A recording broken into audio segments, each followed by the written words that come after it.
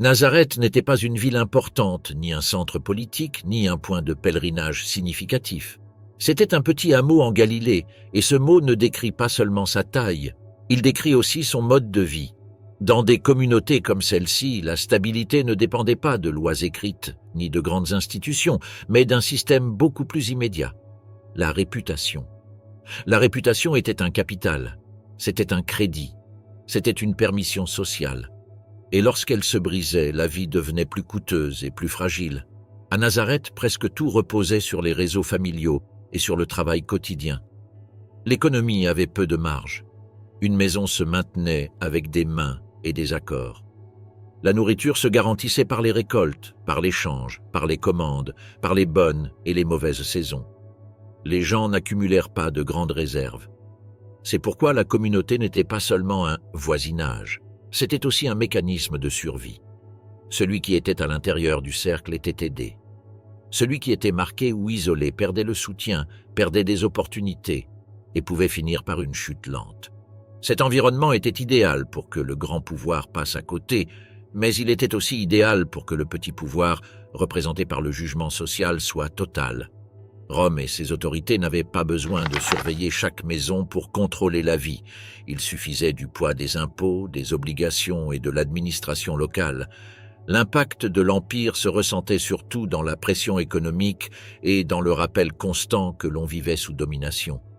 Les gens pouvaient ne pas voir une légion tous les jours, mais ils voyaient la collecte, ils entendaient les décrets, ils éprouvaient le sentiment que leur effort soutenait une structure supérieure. Nazareth, sur cette carte, fonctionnait comme une périphérie. Elle ne produisait pas de discours officiels. Elle ne concentrait pas de richesses. Elle n'avait pas la visibilité de Jérusalem ni le flux de ses grandes routes. Et cette périphérie façonnait le caractère du lieu. Les gens étaient pratiques, méfiants, stricts envers l'ordre communautaire. Quand la vie est dure, l'erreur se paie et le dévoiement devient dangereux. La morale, dans ce contexte, n'était pas seulement une religion. C'était aussi un outil pour conserver le tissu social. Dans ce cadre vivait Joseph. Sa figure se comprend mieux si l'on regarde son métier avant toute idéalisation. Joseph était un artisan associé au travail de construction et de réparation, un métier qui, à son époque, impliquait une véritable habileté manuelle, une connaissance des matériaux et une capacité à résoudre des problèmes concrets. Il n'était ni noble, ni fonctionnaire, ni scribe au prestige intellectuel. Sa vie se soutenait par les commandes. Et les commandes se gagnaient par la confiance. Dans un village, la confiance ne se construit pas avec des discours. Elle se construit par la continuité, tenir ses promesses, ne pas échouer dans le quotidien, ne pas apporter de conflits chez les autres, ne pas se retrouver mêlé à des scandales. Un artisan qui tombe en suspicion perd le travail. Et perdre le travail dans ce système, ce n'est pas un mauvais moi. C'est désarmer la sécurité du foyer. C'est pourquoi, pour Joseph, l'honneur n'était pas un ornement spirituel. C'était une nécessité pratique. Le métier déterminait aussi sa place sociale. Joseph n'appartenait ni à l'élite religieuse, ni à la politique.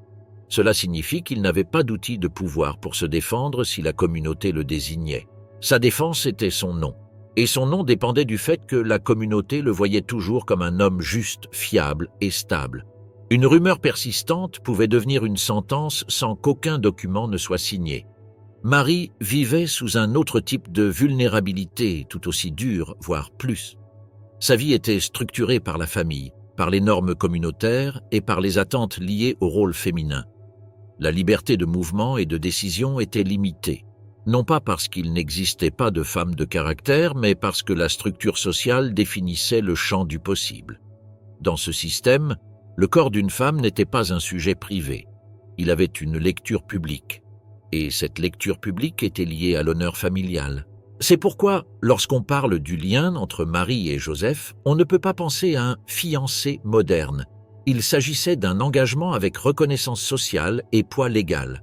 Cela signifie que le lien existait déjà comme un engagement formel, même si la cohabitation complète n'était pas encore installée. Pour la communauté, cet engagement était visible. Pour la loi et la morale, il était sérieux. Rompre cet engagement n'était pas un geste informel. Cela impliquait une dissolution reconnaissable, avec des effets sociaux clairs. Ce détail crée le véritable climat de l'histoire. À Nazareth, un événement qui semble rompre l'ordre de l'engagement ne reste pas dans l'intimité. Il devient un cas. Et, dans un petit village, un cas devient récit. Un récit devient réputation. Et la réputation devient destin. Le village, de plus, était un espace où le contrôle social opérait au quotidien. Il n'était pas nécessaire que quelqu'un se déclare juge. Il suffisait du murmure, du regard soutenu, des silences sélectifs. On savait qui entrait dans quelle maison.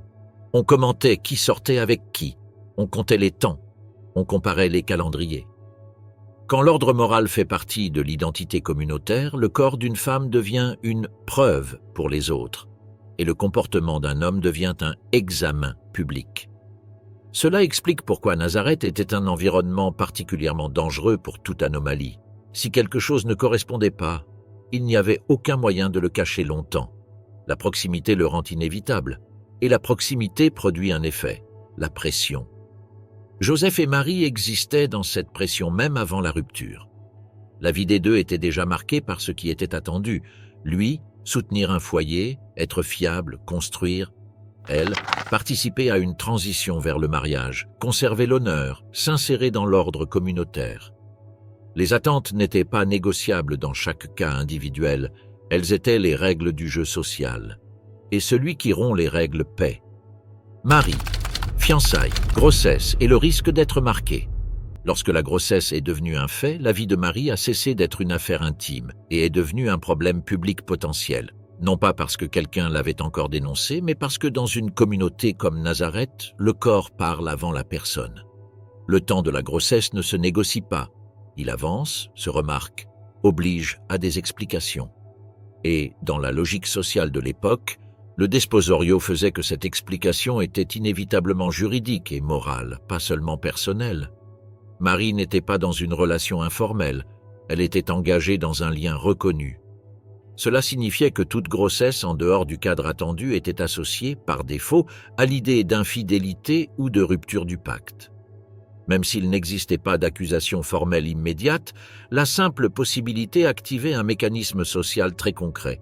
Suspicion, murmure, isolement progressif. Et ce mécanisme avait des conséquences matérielles. Une femme désignée pouvait perdre le soutien communautaire, sa famille pouvait se retrouver sous pression, son avenir dans le mariage pouvait s'effondrer, et l'homme engagé pouvait également être entraîné par le discrédit. C'est pourquoi le premier impact de la grossesse n'a pas été une crise romantique. Ce fut une crise de survie. Marie devait envisager ce qui pouvait se passer si l'affaire devenait une conversation publique. Dans ce contexte, la punition n'était pas seulement de la honte. La honte était l'instrument. L'objectif social était de discipliner, marquer et avertir. Le résultat pouvait aller de la marginalisation à une intervention plus sévère des autorités communautaires, selon la manière dont le cas était interprété et selon le désir de donner l'exemple. De plus, Marie se trouvait dans une position structurellement vulnérable, jeune, sans pouvoir formel et soumise aux récits que les autres construiraient à son sujet. Dans un monde où la crédibilité féminine pouvait être fragile face à l'opinion collective, il suffisait que le peuple choisisse une version pour que cette version devienne plus forte que toute explication. Et, dans ces cas, la version la plus simple l'emporte généralement. Elle s'est écartée, elle a trahi, elle a déshonoré. La complexité ne rivalise pas bien avec le jugement rapide. Il y a un point clé. Même si Marie racontait la vérité de son expérience, cette vérité ne pouvait pas être démontrée par des preuves sociales. Il n'existait aucun moyen humain de transformer une révélation personnelle en preuve publique acceptable. Et quand il n'y a pas de preuve acceptable, le jugement se base sur les chronologies. Mois, date, temps, les gens comptent, les gens comparent, les gens décident si le calendrier correspond ou non. C'est pourquoi la grossesse n'était pas seulement un fait biologique, c'était un problème de chronologie sociale. Et la chronologie sociale s'utilise comme arme. Dans ce scénario, le silence n'était pas de la lâcheté. C'était une stratégie. Trop parler pouvait accélérer l'incendie. Se taire ne pouvait pas l'éteindre, mais pouvait le retarder. Marie avait besoin de temps, elle avait besoin d'un espace où la grossesse avançait sans être exposée chaque jour à des questions, des regards et des commentaires. À ce stade, on comprend la logique de se déplacer vers un environnement familial plus sûr où la présence d'une femme plus âgée et respectée servait d'amortisseur. C'est là qu'Élisabeth entre comme point d'appui, non pas comme un ornement narratif, mais comme une décision pratique. Chercher un lieu où l'histoire de Marie ne serait pas immédiatement broyée par les rumeurs. La maison d'Élisabeth offrait deux choses précieuses. Premièrement, l'éloignement du regard quotidien de Nazareth. Deuxièmement, une figure adulte avec autorité morale, capable d'offrir refuge et soutien sans transformer la situation en scandale. En termes sociaux, cela compte. Une jeune fille seule et stigmatisée est une cible. Une jeune fille chez une parente respectée est plus difficile à attaquer sans coup. Ce déplacement avait également un effet sur le temps. En s'éloignant, Marie gagnait des semaines sans exposition directe. Dans un cas comme celui-ci, les semaines sont de l'or, parce qu'elles permettent d'organiser les décisions, de laisser le noyau familial réfléchir et d'éviter que le peuple ne prenne le contrôle du récit avant que Joseph n'agisse. La clé était là. Si Joseph réagissait impulsivement, l'affaire pouvait devenir publique de manière irréversible. Si Joseph réagissait avec prudence, il y avait une marge pour gérer les dégâts. Mais même avec un refuge, le problème ne se résolvait pas tout seul. La question centrale restait Joseph, car le destin de Marie ne dépendait pas uniquement de ce qu'elle disait, mais de ce qu'il décidait. L'engagement formel plaçait Joseph au centre de la réponse sociale attendue. La communauté le regardait pour voir comment il corrigerait la situation. Et dans cette attente, il y a un détail dur. Bien souvent, la communauté oblige l'homme à sauver son honneur au prix de la destruction de la femme. Marie vivait donc une double tension. D'un côté, elle devait supporter la grossesse et l'impact physique et émotionnel réel de cette étape. De l'autre, elle dépendait d'une décision masculine qui pouvait déterminer toute sa vie. Si Joseph la répudiait publiquement, le peuple la dévorait. Si Joseph la laissait tomber en secret, elle pouvait éviter une partie du mal, mais restait marquée. Si Joseph la soutenait, les deux restaient exposés à la suspicion. Joseph, le dilemme, la sortie silencieuse et l'ordre en rêve. Joseph n'avait pas besoin que le peuple parle pour comprendre ce qui allait arriver. Dans un village comme Nazareth, la nouvelle n'entre pas par une porte, elle entre par la somme des regards, par les poses inhabituelles, par la manière dont un voisin salue sans soutenir le regard. Même avant que quelqu'un n'ose le dire à voix haute, la grossesse était déjà un fait qui allait ordonner la conversation de tous. Et, avec ce fait, Joseph se retrouvait pris entre deux forces qui ne coexistent pas souvent, la norme et la compassion. Il connaissait le fonctionnement du lieu parce qu'il en vivait. Il savait que sa vie, son travail et son nom dépendaient d'un équilibre fragile. Un artisan peut être habile, mais si les gens cessent de faire confiance, l'habileté ne suffit pas. Il savait aussi que Marie était jeune et que, si le village décidait d'en faire un exemple, la chute pouvait être brutale. La pression de la communauté pousse l'homme à sauver son honneur, et sauver l'honneur signifie en pratique souvent sacrifier la femme pour que les autres puissent respirer tranquilles. Joseph comprenait cette logique et, justement parce qu'il la comprenait, il la craignait. La réaction la plus attendue aurait été publique, rompre le lien de manière visible, expulser, signaler, mettre de la distance. Ce chemin redonnait à Joseph une défense sociale immédiate. Le peuple l'aurait applaudi comme juste et aurait passé tout le poids à Marie. Mais Joseph ne voulut pas de cette issue. Non pas parce qu'il était indifférent à sa propre honte, mais parce qu'il savait qu'une exposition publique était une condamnation. Ce n'était pas seulement une formalité, c'était une porte ouverte pour que d'autres fassent le pire au nom de l'ordre. C'est pourquoi sa première décision fut silencieuse, se séparer sans scandale, faire ce qui est nécessaire sans allumer l'incendie. En termes pratiques, cette idée cherchait une chose, rompre le lien avec le moins de dommages possible. Ce n'était pas une solution parfaite. Cela ne le laissait pas propre aux yeux de tous. Les rumeurs existeraient quand même. Mais cela évitait le mécanisme le plus dangereux, le signal public qui autorise la communauté à punir. Cette intention montre que Joseph pensait aux conséquences, pas à l'impulsion. Dans un petit lieu, la différence entre une rupture discrète et une rupture exposée ne se trouve pas sur le papier, elle se trouve dans ce que le papier autorise. Une rupture exposée transforme la femme en cible. Une rupture discrète la laisse blessée, mais peut éviter qu'elle soit détruite. Pourtant, cette décision n'était pas légère.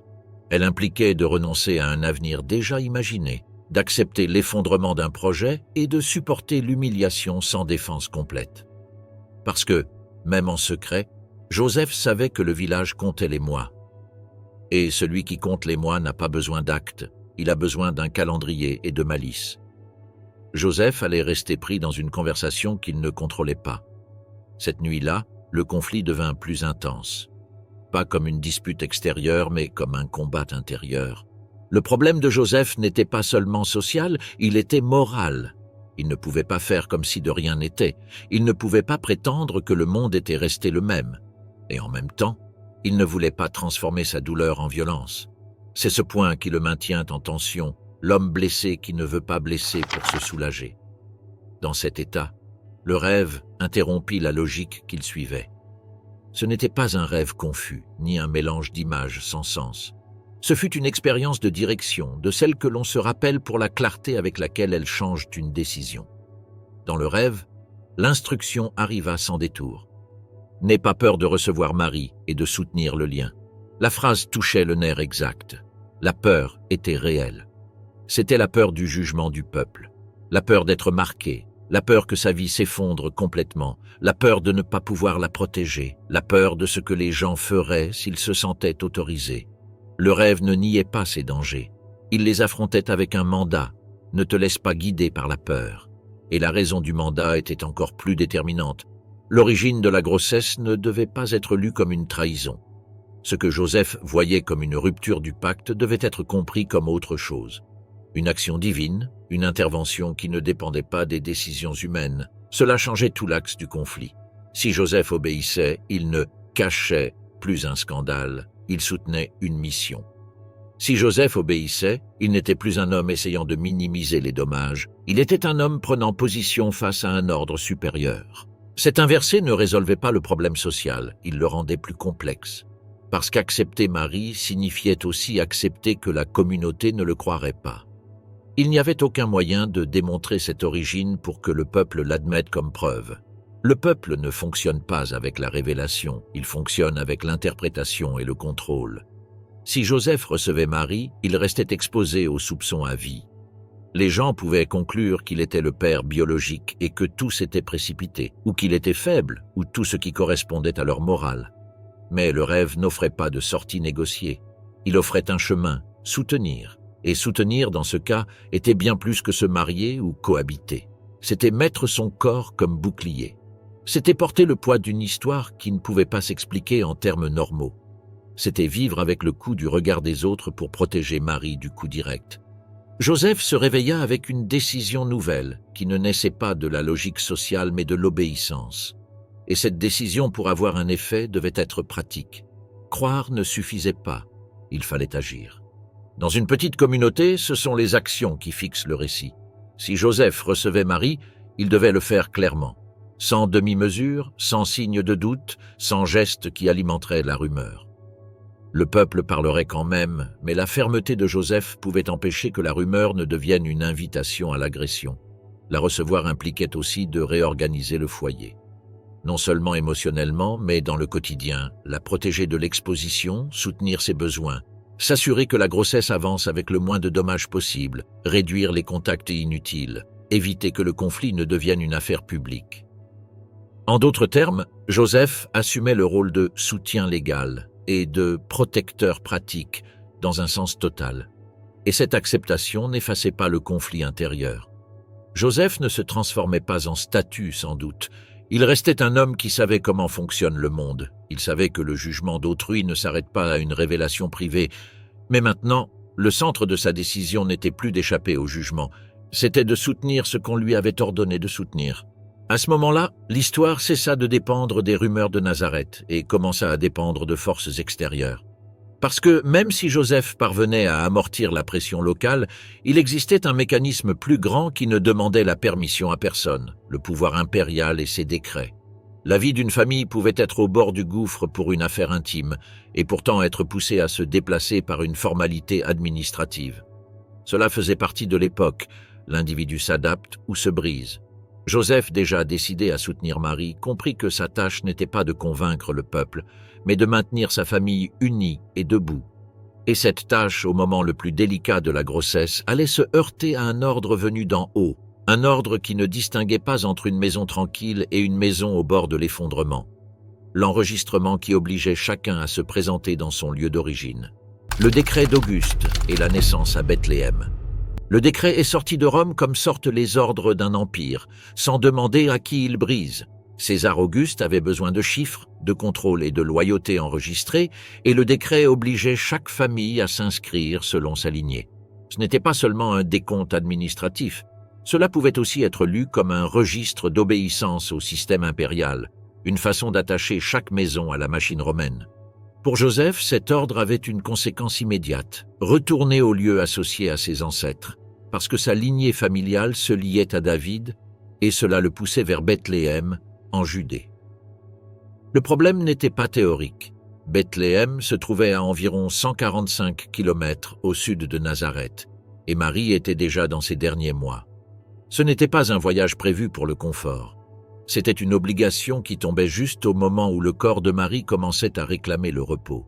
Joseph avait déjà pris sa position face au village, soutenir le lien, soutenir Marie, soutenir la grossesse sous pression. Ils avaient officialisé leur vie ensemble et Joseph avait exercé un autocontrôle qui n'était pas un détail mineur dans un village où tout le monde observe. Le mariage n'avait pas de secret, pas été consommé avant la naissance, comme une manière de protéger le mystère et aussi d'éviter tout signe qui pourrait nourrir des interprétations encore plus destructrices. Avec cette réalité sur lui, l'ordre de Rome ne laissait aucun marge. Il fallait se déplacer.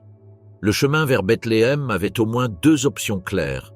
Il existait une route plus courte qui traversait la Samarie, d'environ 70 km, mais elle était dangereuse car elle impliquait de traverser un territoire où les Juifs pouvaient être attaqués. Il existait une autre route plus longue par la vallée du Jourdain, plus sûre en termes d'hostilité, mais plus fatigante physiquement, car elle doublait la distance et exigeait de supporter plus de jours de marche. Dans les deux cas, le coût était élevé, pour Joseph à cause de la responsabilité logistique et du risque du trajet, et pour Marie à cause de la charge corporelle d'une grossesse avancée en mouvement. Le décret ne les affectait pas seulement eux, il poussait des milliers de personnes. C'est pourquoi Bethléem ne les attendait pas calmement. Une petite ville absorbait soudain des vagues de gens qui revenaient par obligation. La conséquence naturelle était la saturation. Maisons pleines, cours occupés, recoins transformés en lits improvisés.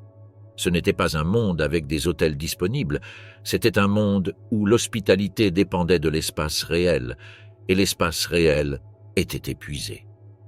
L'arrivée n'effaça pas la fatigue du voyage, elle l'accumula. Joseph dut résoudre l'essentiel en quelques heures, où rester, comment protéger Marie, comment obtenir un endroit où elle pourrait accoucher si le travail commençait. Mais le scénario était le pire possible pour une recherche tranquille. Trop de portes, trop de monde, trop de bruit et peu de patience. Personne n'attendait un couple de Galilée. La plupart essayèrent de survivre à leur propre surpopulation. Sous cette pression, la solution finit par être celle que l'on prend quand il n'existe pas d'option idéale. Accepter un endroit qui n'est pas une chambre formelle. La famille se retrouva au niveau inférieur ou dans l'espace de refuge le plus précaire, le type d'endroit où se concentrent des personnes supplémentaires lorsque la maison principale est pleine. Des années plus tard, le souvenir de cette saturation faisait encore partie du tableau. Ils n'étaient pas installés dans une maison spacieuse dès le départ, mais d'abord dans un espace surpeuplé, et seulement plus tard purent-ils vivre de manière plus stable à Bethléem.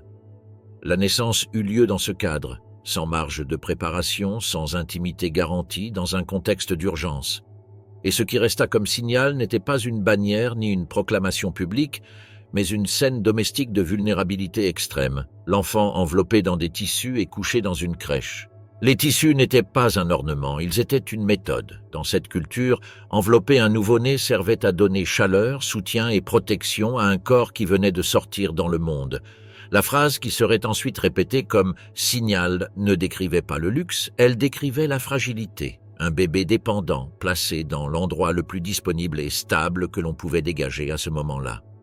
La crèche n'était pas non plus une image poétique née de l'imagination ultérieure. C'était un objet réel, une mangeoire, un conteneur fixe, utilisé pour nourrir les animaux. Au moment de l'accouchement, elle servit de surface utile parce qu'elle était résistante, à portée de main, pouvait être vidée et dans un espace saturé permettait de déposer l'enfant dans un endroit relativement sûr pendant que la maison restait pleine de mouvements. Le signal donc ne parlait pas de pouvoir, il parlait d'un début sans privilège visible. Joseph devint le soutien immédiat de tout.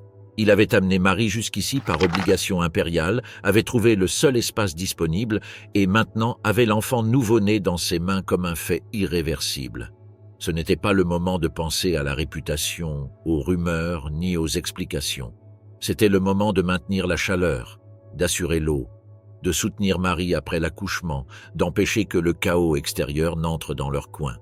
Le monde continuait de tourner dehors, mais pour eux, le monde s'était réduit à l'essentiel. Respiration, chaleur, survie. Et ainsi, dans une ville saturée par un ordre de Rome, le fils naquit sans décor, sans annonce publique, enveloppé dans des tissus, et fut couché dans une crèche. La nuit des bergers est la première nouvelle qui s'est répandue. La nuit continuait de fonctionner comme toujours dans les champs proches de Bethléem. Il y avait des bergers faisant la garde, veillant sur le troupeau à l'air libre, se relayant pour ne pas s'endormir, attentifs aux loups, aux voleurs et à tout mouvement étrange dans l'obscurité. Ils n'étaient ni prêtres ni scribes. Ils n'étaient pas des hommes formés pour parler en public, ni pour soutenir une version officielle de quoi que ce soit. Leur métier les laissait en marge sociale. Ils étaient considérés comme rituellement impurs en raison de leur contact constant avec les animaux et leur réputation pouvait être si basse que, dans certains contextes, leurs paroles n'avaient pas le poids d'un témoin respectable. Cette même nuit, le récit ne décrit pas un signe lent, ni une impression subjective pouvant être confondue avec la fatigue. Il décrit une irruption. La présence apparaît soudainement et la réaction est physique, peur immédiate, paralysante. Le message commence par la seule phrase qui peut couper cette peur. « Ne craignez pas ». Et aussitôt il livre la nouvelle avec une précision qui ne laisse pas de place à des interprétations atténuées. Bonne nouvelle d'une grande joie pour tout le peuple. La naissance d'un sauveur dans la ville de David, Christ le Seigneur. Les titres ne sont pas mis comme de la poésie, ils sont mis comme identification. Sauveur, Messie, Seigneur. Des mots qui, dits au mauvais endroit, pouvaient sembler dangereux, mais cette nuit-là furent adressés à des hommes vivant hors de la ville, loin des structures de pouvoir. Le plus concret fut le signe. On ne leur promettait pas une étoile au-dessus d'un palais, ni une escorte. On leur donna une information vérifiable. Ils trouveraient le bébé enveloppé dans des tissus et couché dans une crèche. La confirmation ne serait pas une grandeur visible, ce serait la vulnérabilité. Un nouveau-né couché dans une mangeoire, dans l'endroit le moins solennel possible, comme si le message voulait souligner dès la première minute que cela ne suivrait pas les codes du prestige humain. Le ciel ne resta pas sur un seul messager. La scène s'agrandit avec une multitude de l'armée céleste, une présence chorale qui transforme l'annonce en proclamation. Gloire à Dieu et paix sur la terre. L'image est étrange par son contraste. Une armée qui ne vient pas imposer mais déclarer la paix. Une troupe qui n'entoure pas un trône humain, mais apparaît sur un champ de bergers. Et, lorsque cette présence se retire, la nuit reprend sa forme habituelle. Froid, obscurité, terre, animaux respirants. Les bergers ne restèrent pas à discuter s'ils l'avaient imaginé. Ils prirent une décision immédiate, aller à Bethléem et voir ce qui leur avait été annoncé. Cela impliquait un coût réel, car laisser un troupeau la nuit, c'est s'exposer à des pertes. Pourtant, ils partirent avec urgence. Ils arrivèrent en ville et cherchèrent comme on cherche dans une telle situation, en demandant, en passant d'une maison à l'autre, en traquant jusqu'à trouver la scène qui correspondait au signe. Et ils la trouvèrent, Joseph, Marie et l'enfant à l'endroit décrit, enveloppés dans des tissus et couchés dans la crèche. À ce moment-là, l'histoire cessa d'être un secret enfermé dans une famille, car les bergers ne gardèrent pas le silence. Ils racontèrent ce qu'ils avaient revu et ce qu'on leur avait dit sur l'enfant. Et ils le racontèrent comme le raconte quelqu'un qui tremble encore de ce qui s'est passé, sans filtre institutionnel, sans protocole, avec la conviction de celui qui croit avoir reçu une nouvelle impossible. La réaction de ceux qui écoutèrent fut de l'étonnement. L'étonnement ne signifie pas foi automatique, mais cela signifie que le récit commença à circuler. Et ce qui circule dans une ville remplie par un décret impérial peut rapidement arriver à des oreilles inattendues. Pour Joseph, cette visite avait un double tranchant. Elle confirmait que l'enfant n'était pas seulement une histoire tenue en privé. Il y avait des témoins externes, même s'ils étaient marginaux. Mais elle ouvrait aussi à l'exposition. Bethléem était saturée, avec des gens entrant et sortant, avec des familles entassées, avec la patience à bout. Un groupe d'hommes racontant que le Messie était né et indiquant une maison pouvait susciter la curiosité. mais pouvait aussi attirer des regards dangereux si quelqu'un avec un intérêt politique entendait le mauvais mot. Marie réagit autrement. Elle ne répondit pas en proclamant ni en discutant, mais en conservant.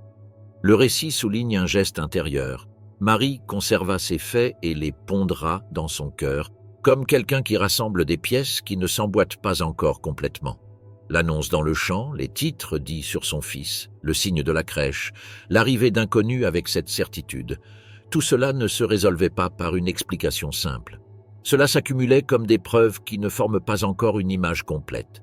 Elle n'en fit pas un discours, elle le garda comme mémoire organisée. Les bergers retournèrent à leur travail, glorifiant Dieu pour ce qu'ils avaient entendu et vu. Et la maison, après le mouvement, retrouva un silence relatif, le type de silence qui reste lorsque les voix étrangères s'éteignent et que revient l'essentiel.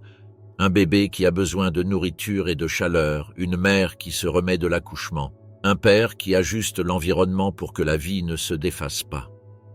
Cette vie ne devenait pas plus facile à cause des annonces célestes. Elle restait la vie des pauvres dans un monde dur. Mais le temps avançait et, avec le temps, arriva l'obligation religieuse qu'on ne pouvait ignorer. La loi marquait une procédure après la naissance. Il y avait une période définie après laquelle la mère devait se présenter avec des offrandes pour la purification. De plus, le premier fils mâle devait être racheté par un paiement spécifique au prêtre. Ce n'était pas un geste symbolique sans coût. Cela impliquait des ressources concrètes et un déplacement. Joseph et Marie n'étaient pas en mesure de se présenter comme une famille aisée. La même loi prévoyait cette réalité. S'ils ne pouvaient offrir un agneau, ils pouvaient présenter 2 oiseaux. Cette clause les situait avec précision sociale. Leur conformité passait par la voie de ceux qui n'avaient pas plus. Et pourtant, ils s'acquittèrent de leurs obligations. Ils préparèrent les offrandes permises et rassemblèrent l'argent nécessaire pour le rachat du premier-né. Avec l'enfant dans les bras et les offrandes en main, ils entreprirent le trajet de Bethléem à Jérusalem, environ 10 kilomètres, pour se présenter au temple et accomplir ce qui était requis. La présentation au temple et les prophéties de Siméon et Anne.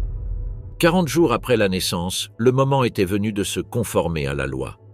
Le voyage de Bethléem à Jérusalem était court, environ 10 kilomètres, mais symboliquement immense.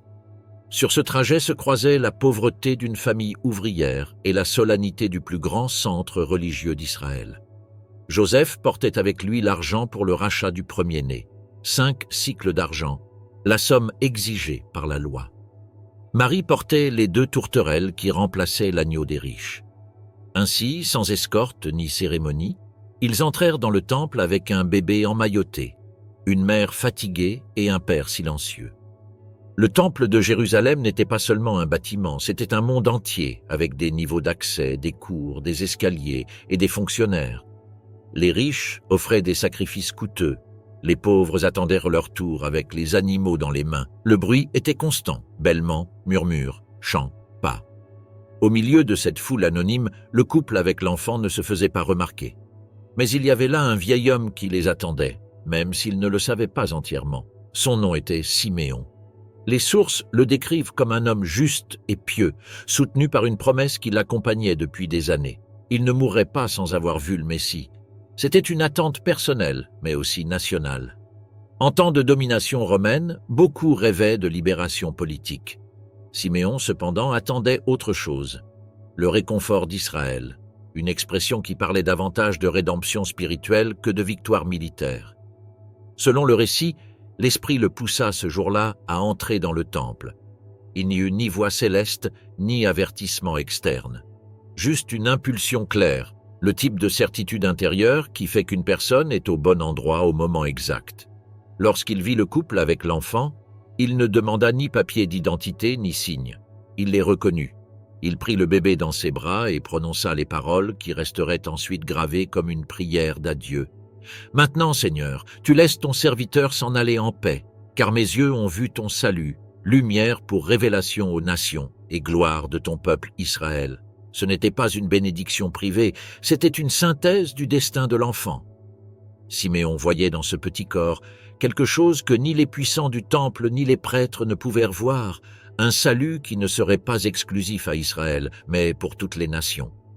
Joseph et Marie écoutaient. La surprise se mêlait au respect. Siméon les bénit, mais ses paroles suivantes n'étaient pas rassurantes. Il se tourna vers Marie et lui parla d'un avenir qui la blesserait. « Cet enfant est destiné à la chute et à la résurrection de beaucoup en Israël, et à un signe qui sera contesté, et une épée transpercera ton âme. » C'était une prophétie dans la joie, un avertissement dans la lumière. Il ne s'agissait pas de menaces humaines, mais du coup inévitable d'une vie qui, en révélant la vérité, allait diviser les cœurs. Pendant que Siméon parlait, une autre figure s'approcha. C'était une vieille femme nommée Anne, fille de Phanuel, de la tribu d'Azer. Veuve depuis des décennies, consacrée au temple, connue pour sa vie de prière et de jeûne. Elle vivait dans la zone intérieure de l'enceinte, servant Dieu nuit et jour. Elle reconnut aussi l'enfant, elle ne posa aucune question. Elle rendit grâce à Dieu et commença à parler de ce bébé à tous ceux qui attendaient la rédemption de Jérusalem. 2 témoins, un homme et une femme, 2 générations qui avaient attendu toute leur vie, virent ce que les autres ne voyaient pas. Le rituel suivit son cours. Joseph paya les 5 sicles. Le prêtre reçut les pièces et accomplit la bénédiction. Les tourterelles furent offertes selon le mandat, l'une pour l'Holocauste, l'autre pour le sacrifice pour le péché. Il n'y eut ni pompe ni attention publique. Une fois la cérémonie terminée, la famille descendit les escaliers du temple et sortit dans le tumulte des rues. Parmi les marchands, les pèlerins et les prêtres, ils se perdirent comme un groupe parmi les nombreux qui entraient et sortaient chaque jour. Mais Marie portait désormais quelque chose de différent, non seulement le souvenir des anges et des bergers, mais des paroles qu'on ne pouvait oublier. Le contraste était fort. Un enfant pauvre présenté parmi les riches du temple, 2 anciens parlant de salut et de lumière, et une prophétie qui introduisait l'idée de douleur au milieu de l'espérance. Dans la logique humaine, la naissance devait être uniquement joie. Dans la logique de Siméon, c'était aussi l'annonce d'un conflit. Une épée transpercera ton âme. Personne ne savait quand ni comment, mais ces paroles restèrent gravées comme une ombre qui continuerait d'accompagner Marie tandis que l'enfant grandissait. Une fois la loi accomplie, la famille retourna à Bethléem. Là, la vie reprit son rythme possible. Joseph retourna travailler, réparant, construisant, effectuant des commandes. Marie s'occupait du petit, qui n'était plus le nouveau-né de la première nuit, mais un enfant qui commençait à se tenir dans les bras, à regarder avec curiosité et à tendre les mains vers tout ce qu'il voyait. Le récit mentionne que Marie gardait chaque geste, chaque sourire, chaque parole. Non pas comme une mère ordinaire, mais comme quelqu'un qui percevait dans le quotidien des signes à retenir. Le temps passa sans heure. Bethléem les absorba comme toute ville absorbe ceux qui y restent. Joseph était connu pour son métier et l'enfant grandissait avec la force et l'intelligence de celui qui observe et apprend. Mais l'écho de ce jour au temple ne s'effaça pas. Dans les silences de la nuit, Marie passait en revue les paroles du vieil homme et les conservait avec les autres. L'annonce de l'ange, le voyage impossible, la naissance dans un lieu prêté, les bergers, les chants dans l'obscurité, et maintenant, l'épée promise. Elle ne comprenait pas la forme que prendrait cette douleur, mais savait déjà que l'amour le plus pur pouvait porter avec lui la blessure la plus profonde. Des années plus tard, lorsque la vie à Nazareth reviendrait à la normale et que Jésus grandirait parmi jeux, travail et apprentissage, cette prophétie continuerait d'attendre, comme une ombre au bord du cœur. Ce que Siméon et Anne avaient vu au temple n'était pas seulement un bébé. C'était une histoire qui venait à peine de commencer à se déployer. Et à un moment de son parcours, lorsque Marie serait au pied de la croix, elle se souviendrait de ce jour, de ce vieil homme, de cet avertissement, et comprendrait enfin ce qu'il avait voulu dire. Une épée, effectivement, avait traversé son âme. Les mages, le calcul d'Hérode et la fuite en Égypte. En sortant du temple, Joseph et Marie retournèrent à Bethléem avec le sentiment d'avoir accompli ce qui leur revenait, mais aussi avec une inquiétude nouvelle. À Jérusalem, personne ne les avait arrêtés, personne n'avait posé de questions embarrassantes, personne n'avait monté de scène. Ils avaient été, aux yeux du lieu le plus surveillé de Judée, une famille pauvre de plus avec un bébé dans les bras. À Bethléem, la vie se recomprima dans l'essentiel, nourriture, repos, travail, et l'effort de maintenir une certaine normalité dans une ville encore affectée par le mouvement des gens. Au fil des semaines, cette normalité devint plus stable. L'enfant n'était plus le nouveau-né de la première nuit, il grandissait, s'affirmait, et la famille s'adaptait à une routine possible. C'est durant cette période, déjà installée de manière plus stable, que vinrent les visiteurs qui allèrent bouleverser l'équilibre. Ils n'étaient pas des bergers des champs, ils ne venaient pas de l'entourage immédiat. Ils venaient d'Orient, et le récit qui les introduit ne les décrit pas comme des rois ni ne fixe un nombre exact. Ils sont identifiés par leur fonction. Des hommes associés à l'observation de signes célestes, des voyageurs qui interprétèrent le ciel comme un langage et qui avaient décidé de se déplacer en fonction de ce qu'ils croyaient avoir vu. Leur première erreur, également considérée par beaucoup comme leur premier acte inévitable, fut de chercher à Jérusalem. Dans une société avec un roi client de Rome, s'informer sur un roi né n'est pas une curiosité, c'est un acte provocateur. Dans la capitale, la nouvelle ne reste pas dans la rue, elle monte. Hérode l'a reçue comme les puissants reçoivent toute rumeur sentant la menace, avec peur et méthode. Il ne demanda pas si c'était vrai, il demanda où et quand. Il ne bougea pas par dévotion, il bougea par calcul. Hérode connaissait déjà le terrain symbolique. La Judée était chargée d'attentes anciennes, et Bethléem n'était pas un village quelconque. C'était le nom qui reliait à la mémoire de David et à l'idée d'une royauté promise. Ainsi, le roi fit ce que font ceux qui gouvernent par paranoïa. Il convoqua les spécialistes du texte, demanda des interprétations, localisa le lieu que la tradition indiquait, et transforma une prophétie en carte opérationnelle. Ensuite, il parla aux mages en privé. Il voulait de la précision, pas de la poésie. Il leur extorqua le détail crucial, quand le signe était apparu, car dans l'esprit d'un homme comme Hérode, le temps se traduit en marge d'action. Avec cette information, il leur donna un ordre déguisé, aller à Bethléem, trouver l'enfant, et revenir pour l'informer, prétendument pour aller lui aussi l'adorer. Le masque était parfait, une courtoisie religieuse au service d'une intention politique. Les mages partirent pour Bethléem, et lorsqu'ils arrivèrent à la maison, la scène n'était pas celle d'un palais. C'était celle d'une famille royale dans le sens le plus cru. Un petit enfant, une jeune mère, un père sans rang, un environnement sans luxe. Pourtant, ils firent ce qu'ils étaient venus faire, se prosternèrent et offrirent des cadeaux, or, encens et myrrhe. 3 objets qui, dans le monde antique, avaient valeur et signification, richesse tangible, éléments rituels, et une substance liée à la fois au parfum et à l'embaumement. Pour Joseph, ces cadeaux représentaient une bénédiction dangereuse.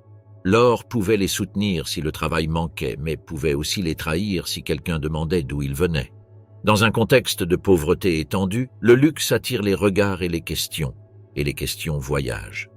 Mais la menace majeure n'était pas la curiosité du peuple, elle était dans le roi qui avait déjà calculé. Les mages, cependant, ne retournèrent pas à Jérusalem.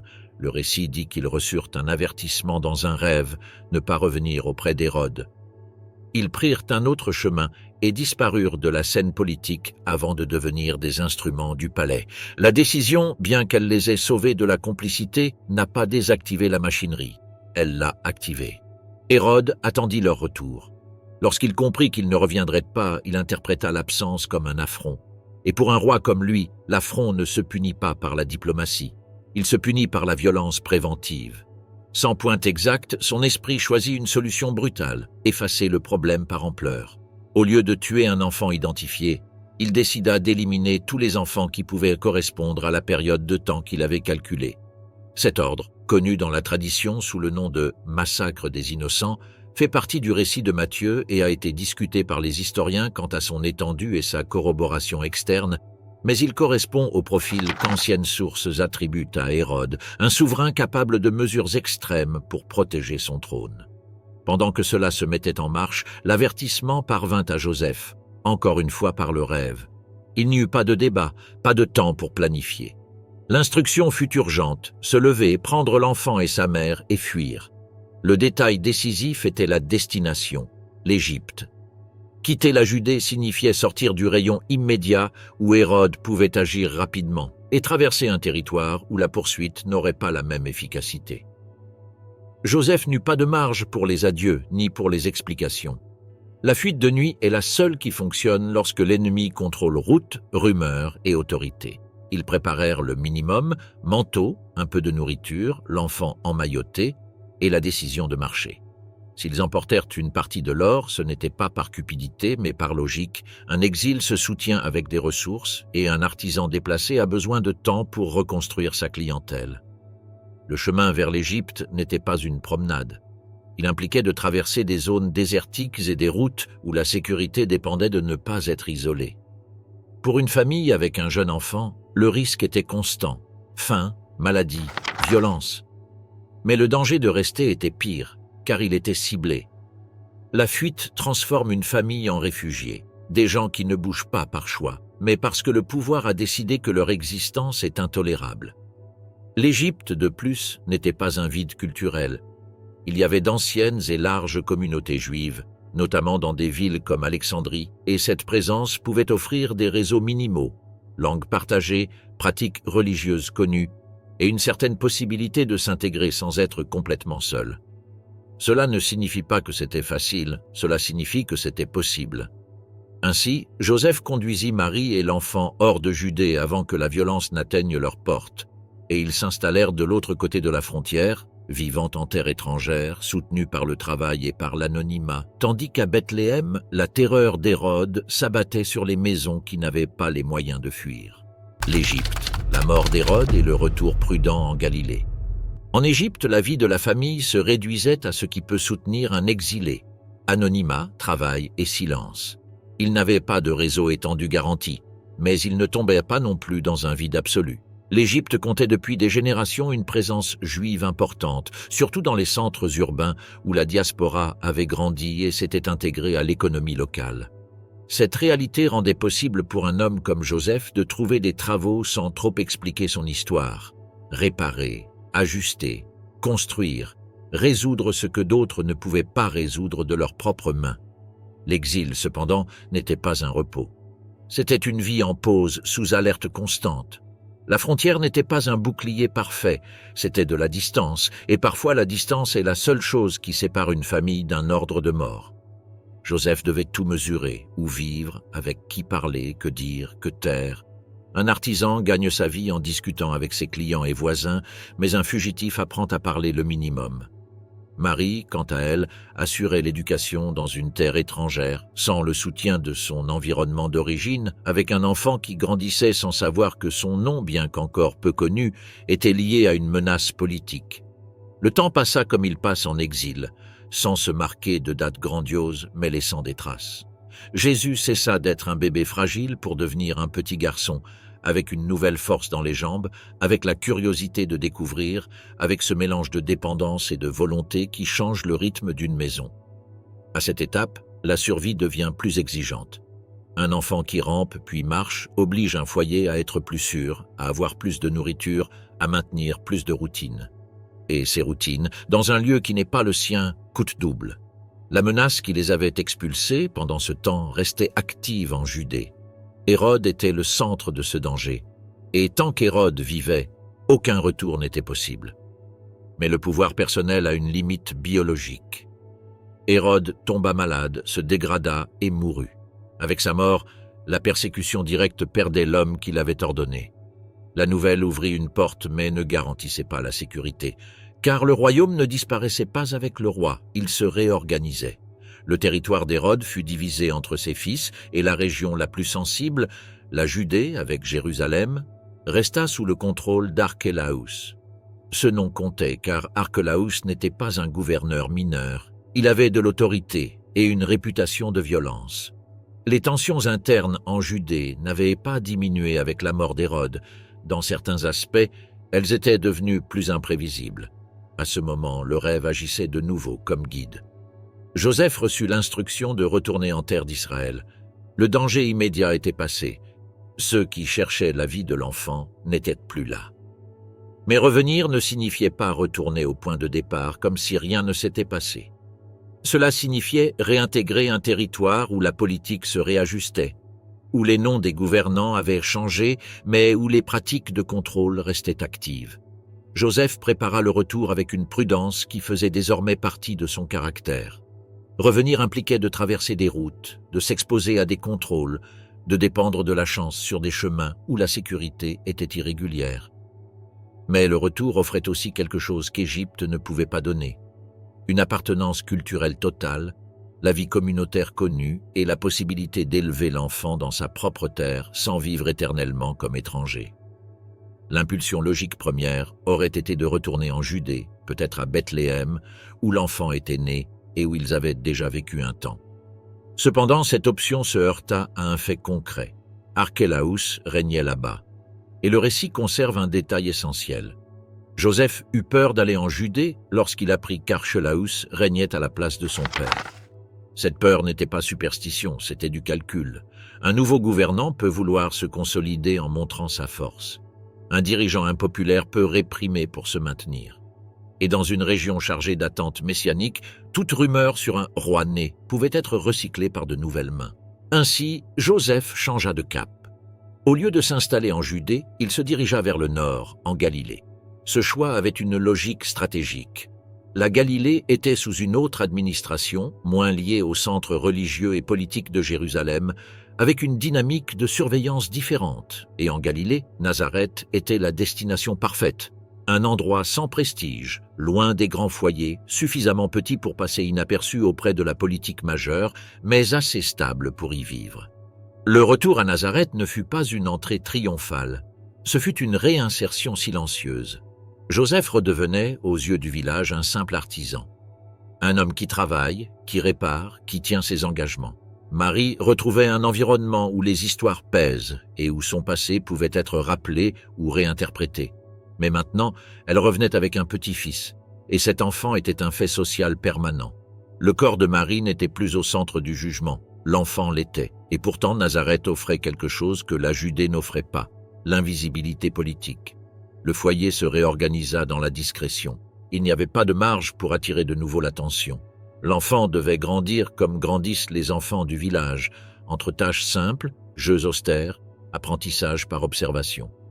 Joseph, à cette étape, s'occupa de construire une normalité. La normalité, pour lui, était un bouclier. Plus la famille semblait normale, moins elle suscitait d'intérêt. Plus leur routine était prévisible, moins elle alimentait l'imagination d'autrui. Et pendant que cette normalité s'installait, la Judée continuait de changer. Le gouvernement d'Archélaüs ne devint pas plus stable. Sa manière d'administrer fut si conflictuelle et rejetée qu'avec le temps, Rome finit par le destituer. Cela montre que la peur de Joseph n'était pas exagérée. Archélaüs était perçu comme un gouvernant problématique même selon la logique impériale. La région ensuite fut absorbée de manière plus directe par l'administration romaine. Mais à ce moment-là, la famille était déjà loin, au nord, et l'enfant grandissait dans un endroit où personne ne le recherchait. Nazareth, encore une fois, fonctionna comme refuge non par ses murailles, mais par son insignifiance. Là, Jésus passa d'un petit garçon à un enfant conscient, capable de comprendre des instructions, capable d'aider, capable de regarder le monde avec des yeux qui n'étaient plus ceux d'un bébé. Son histoire, qui avait commencé avec des décrets impériaux et des menaces réelles, était enveloppée dans une couche de vie quotidienne. Une maison humble, un métier, une mère qui gardait la mémoire, un père qui calculait les risques. Ainsi, ils se réinstallèrent, sans se faire remarquer, sans rien réclamer, et l'enfant grandit à Nazareth sous un nom commun et une vie commune, tandis que la Judée continuait de brûler au loin, gouvernée par des hommes qui tombaient et étaient remplacés par d'autres. Les années cachées à Nazareth, retour, formation et l'épisode du temple. À Nazareth, le retour n'apporta ni applaudissements ni scène publique. La famille s'installa comme s'installe tout foyer qui veut survivre, avec routine, discrétion et travail. Le village était petit, aux ressources limitées, et la vie quotidienne se déroulait autour des travaux, des récoltes, des échanges minimaux et des réseaux de parenté. Pour Joseph, cela signifiait revenir à ce qu'il savait faire en toute sécurité, travailler de ses mains, résoudre des besoins concrets, soutenir la maison grâce à son métier. Nazareth était proche de centres plus importants de Galilée, et sa proximité avec des lieux comme Séphoris faisait que, même si le village vivait en mode rural, le monde romain n'était pas une idée abstraite. C'était un environnement proche, une présence culturelle et économique à quelques kilomètres, même s'il ne dominait pas le rythme interne de chaque jour. Jésus grandit dans ce cadre, pas comme un enfant séparé du monde réel, mais comme un enfant de village, apprenant par observation, intégrant tôt les règles sociales, comprenant que le travail était la base de la nourriture et que celle-ci ne tombait pas par hasard. Dans ce type de foyer, l'enfance était brève en termes pratiques. non pas faute d'affection, mais parce que la nécessité pressait. Un enfant commençait tôt à aider, de petites tâches au début, des responsabilités plus réelles ensuite. La maison exigeait de l'ordre, l'économie exigeait de la discipline et le village exigeait la normalité. La normalité, pour cette famille, était un bouclier. La vie religieuse faisait également partie intégrante de la croissance, non pas comme un sujet à part, mais comme un langage d'appartenance. La communauté fonctionnait autour de la pratique, prière, fête, enseignement régulier, mémoire d'histoires anciennes et respect des règles. Jésus grandit en écoutant textes, récits et discussions qui définissaient qui ils étaient et ce qu'ils attendaient. L'apprentissage ne consistait pas seulement à lire, c'était écouter, mémoriser, répéter, poser des questions. Dans ce monde, savoir poser les bonnes questions et relier les récits à la vie quotidienne était une forme réelle d'intelligence. Marie, pendant ce temps, portait une mémoire particulière. Ce qu'elle avait vécu ne pouvait pas devenir une conversation publique stable, car le village ne fonctionnait pas avec des révélations privées. Alors Marie conservait, organisait, retenait. Le silence n'était pas vide, c'était une protection. Joseph comprenait lui aussi le silence comme méthode. Ils avaient traversé l'exil et étaient revenus avec un enfant qui devait grandir sans être recherché. Ce qui les protégeait n'était pas une force extérieure, c'était de paraître comme un de plus. Avec le temps, la figure de Joseph devient moins visible dans le récit ultérieur. Il n'y a pas de scène définitive, pas de date gravée dans la pierre, simplement, il cesse d'apparaître. Dans une famille de travail manuel, cette absence n'est pas interprétée comme quelque chose de symbolique, elle se ressent comme un changement matériel. Si Joseph n'était plus là, la structure productive du foyer devait se réorganiser, et cela signifie, de manière inévitable, que Jésus prenait progressivement de l'importance dans la maison dès son plus jeune âge. Pas comme destin, mais comme nécessité. Les années s'écoulèrent ainsi entre métiers, communautés et pratiques religieuses, jusqu'à ce qu'arrive l'un de ces moments qui se répétaient dans la vie juive de l'époque, le pèlerinage à Jérusalem pour l'une des grandes fêtes, surtout la Pâque. Voyager de Galilée à Jérusalem n'était pas quelque chose que l'on faisait seul et sans stratégie. On voyageait en caravane, en groupe large de parents et de connaissances, pour la sécurité et la logistique. Il était plus facile de partager les routes, dormir à proximité, protéger les enfants à plusieurs, répartir la nourriture et surveiller les dangers. Dans ce contexte, le déplacement de la famille vers Jérusalem n'était pas un acte exceptionnel, mais une pratique dévotionnelle et communautaire qui reliait la périphérie au centre. Jésus avait 12 ans lorsque se produisit l'épisode qui rompit un instant la couche de normalité. 12 ans n'était pas l'enfance totale. C'était un âge de transition. Un garçon assez grand pour se déplacer dans un groupe, parler avec des adultes, suivre des instructions et ne pas être collé à la main de sa mère tout le temps. C'est justement pour cela que l'erreur suivante fut possible. Dans une caravane, un enfant peut être avec des cousins, des voisins, des amis. La surveillance se répartit.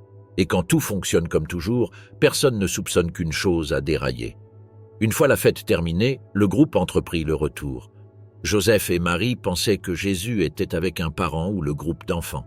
Ils marchèrent toute une journée avec cette idée. Ce n'est qu'au moment de se rassembler que le vide apparut. Jésus n'était pas là.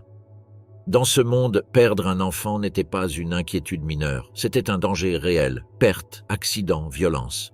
La réaction fut immédiate, retour à Jérusalem.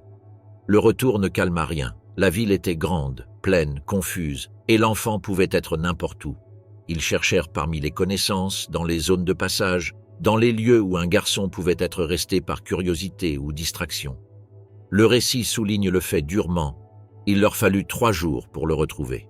Il n'est pas tout à fait clair si ces 3 jours incluent le jour du départ et du retour, ou si ce sont 3 jours complets de recherche dans la ville, mais l'essentiel est le poids du temps. Pour une mère et un père dans ce contexte, 3 jours sont un abîme. Quand ils le trouvèrent enfin, il n'était ni blessé, ni caché par peur, ni en pleurs. Il était dans le temple, dans les cours où l'on enseignait et discutait. Il était assis parmi les maîtres, écoutant et posant des questions. La scène ne décrit pas que Jésus prêchait comme un adulte, mais qu'il participait de manière active et intelligente. Questions, réponses, compréhension. Et l'effet fut immédiat sur ceux qui l'écoutaient, étonnement devant sa compréhension. Marie et Joseph réagirent depuis l'expérience de la terreur, non depuis la théorie. En le voyant, la surprise se mêla à la douleur. Marie lui parla d'une phrase directe. Il l'avait cherchée avec angoisse. Ce mot, angoisse, n'est pas un ornement. C'est l'état d'esprit de quelqu'un qui croit avoir perdu son enfant dans une ville immense. La réponse de Jésus fut brève et déconcertante. « Pourquoi me cherchiez-vous ? Ne saviez-vous pas que je devais m'occuper des affaires de mon Père ?» La phrase a une portée décisive car elle instaure une priorité. Elle ne nie pas sa famille, ni ne la méprise, mais établit un axe supérieur à sa maison. Et cet axe, dit à 12 ans dans le temple, crée un fossé de compréhension. Le récit dit qu'ils ne comprirent pas complètement ce qu'il leur disait.